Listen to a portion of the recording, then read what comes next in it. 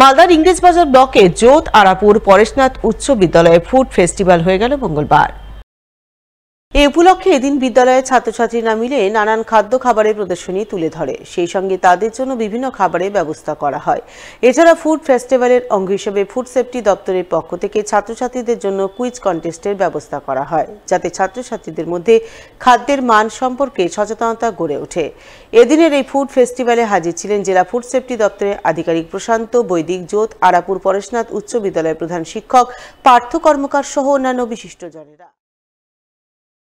আজকের এই খাদ্য মেলায় এবারে সঙ্গীত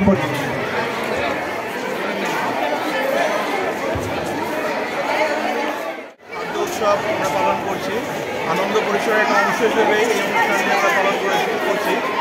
এটা বলতে পারেন আমাদের 150 বছরের যে অনুষ্ঠান চলছে, যেটা গত জানুয়ারির 10 তারিখে শুরু হয়েছে, 23 সালে জানুয়ারির 10 তারিখ পর্যন্ত চলবে, তারই একটা অংশ। এখানে বাচ্চারা তাদের নিজেদের মতো স্টল দিয়েছে, বিভিন্ন খাবার এখানে তারা প্রদর্শনী রেখেছে। আমরা চেয়েছি দুটো জিনিস করতে, একটা হচ্ছে এদেরকে আনন্দ দিতে এবং দ্বিতীয়ত তারা যেন বুঝতে পারে যে ব্যবসা জিনিসটা কি, এটা সংরক্ষণের ধারণা হয়। অন্যদিকে খুদে পড়ুয়াদের যোগাভ্যাস চর্চায় উৎসাহিত করতে বিশেষ উদ্যোগ গ্রহণ করল শিক্ষা দপ্তর। উদ্যোগের অংশ হিসেবে মালদা চক্রের নির্দেশে যোগ চর্চার শিবির হয়ে গেল মঙ্গলবার। পুরাতন মালদা ব্লকের শাহাপুর গ্রাম পঞ্চায়েত এলাকার 17টি প্রাথমিক বিদ্যালয়ের শতাধিক ছাত্রছাত্রীকে নিয়ে মঙ্গলবার যোগ চর্চা শিবির অনুষ্ঠিত হয় দক্ষিণ ভাটরা প্রাথমিক বিদ্যালয় প্রাঙ্গণে। উপস্থিত ছিলেন জেলা প্রাথমিক বিদ্যালয় পরিদর্শক সত্যজিৎ মণ্ডল, মালদা চক্রের অপর বিদ্যালয় পরিদর্শক ভরত ঘোষ সহ আরও অনেকেই। এদিন তারা সকলে মিলে খুদে ছাত্রছাত্রীদের সামনে যোগ চর্চা করে তাদের যোগাভ্যাসে উৎসাহ প্রদান করেন। তো এটা সর্বশিক্ষা মিশনের উদ্যোগে প্রত্যেকটা বিদ্যালয়েই এই অ্যাক্টিভিটি বেসড একটা কম্পিটিশন আয়োজন করার কথা। সেই অনুযায়ী মালদা চক্রের শাহপুর গ্রাম পঞ্চায়েতের 17টি প্রাথমিক বিদ্যালয়ের ছাত্রছাত্রীদেরকে নিয়ে এই অ্যাক্টিভিটি বেসড কর্মকাণ্ডের উপরে আজকের একটা কম্পিটিশনের আয়োজন করা হয়েছে। মানে চাইল্ড ক্যাবিনেটের যে সমস্ত মেম্বার, যারা বিভিন্ন ধরনের মন্ত্রী আছে আমাদের, তাদেরকে নিয়েই মেনলি কম্পিটিশনটা, যে তারা যে স্কুলে তাদের কি দায়িত্ব কর্তব্য, তারা কতটা অ্যাওয়ার আছে এই সম্পর্কে, একটা স্কুলকে সুষ্ঠুভাবে পরিচালনা করার ক্ষেত্রে তাদের দায়িত্ব কর্তব্য নিয়েই আজকের এই কম্পিটিশনটা 17টা বিদ্যালয়ের মধ্যেই হলো। সেই সাথে সাথে আজকের একটা বিশেষভাবে একটা যোগা কম্পিটিশনের একটা যোগা কম্পিটিশন ঠিক নয়, যোগার একটা ওরিয়েন্টেশনের উপরে একটা প্রদর্শন করা হলো, যে কীভাবে যোগ করতে হয়, তার কি উপকারিতা, সেই জিনিসগুলো তুলে ধরা হলো। মন্দিরের নামে রয়েছে 400 বিঘা জমি। সেই জমি থেকে প্রাপ্ত অর্থেই বছরের পর বছর ধরে মন্দিরের পুজো থেকে শুরু করে যাবতীয় কাজকর্ম চলছে স্বচ্ছন্দে।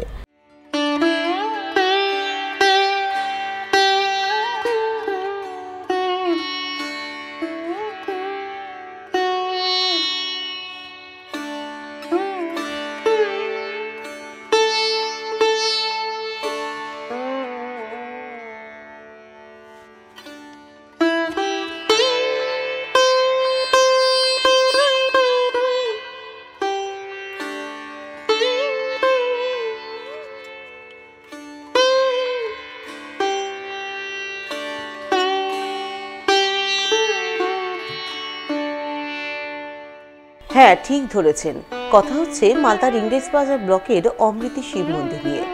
শতাব্দী প্রাচীন এই মন্দির প্রতিষ্ঠিত হয়েছিল বাংলা 1353 বঙ্গাব্দে। মন্দির প্রতিষ্ঠা করেছিলেন তৎকালীন জমিদার শেঠ মহানন্দ দাস।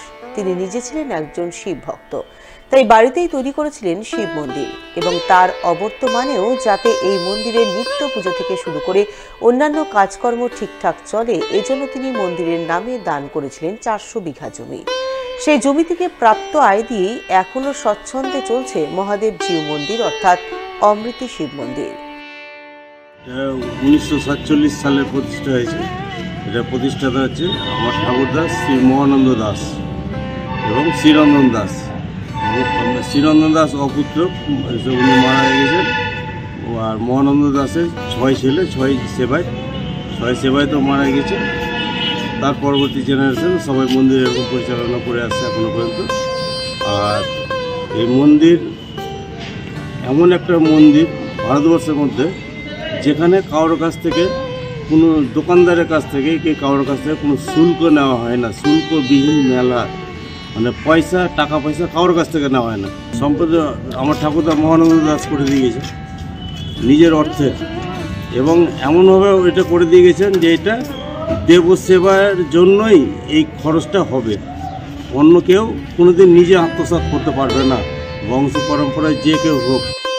শতাব্দী প্রাচীন অমৃতি শিব মন্দিরে সারা বছর ভক্তদের আনাগোনা লেগে থাকলেও শিবরাত্রিতে ভক্তদের ঢল নামে।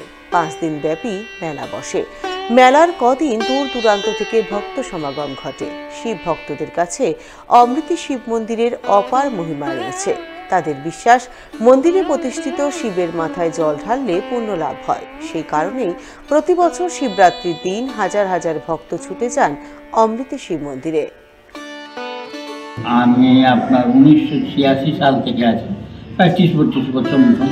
তারপরে একজন ছিলেন বিহারি, একটা বাড়ি ছিলেন, উনি আমার আগে ছিলেন। উনি যেই শিক্ষায় কাজ ছাড়লেন, আমি আর থাকবো না, বয়স হয়ে গেছে। তারপরে উনি সারা বছর পুজো করেছেন এবং ভিড়টা হয় আপনার শিবযাত্রীর সঙ্গে পুরো নামে লক্ষ লক্ষ লোকের সমাবেশ। এখানে আরও লোকে আসে, এখানকার পুজো দিয়ে তাদের একটা মনস্কামনা মনের ভিতরে যে একটা ঠাকুরের কাছে বিশ্বাস থাকে, সেই বিশ্বাস নিয়ে আসে তারা পুজো পাঠ করে। তাদের মনস্কামনাও পূর্ণ হয়, যার জন্য এখানে অত্যন্ত ভিড় হয়, দূর দূর থেকে লোক আসেন।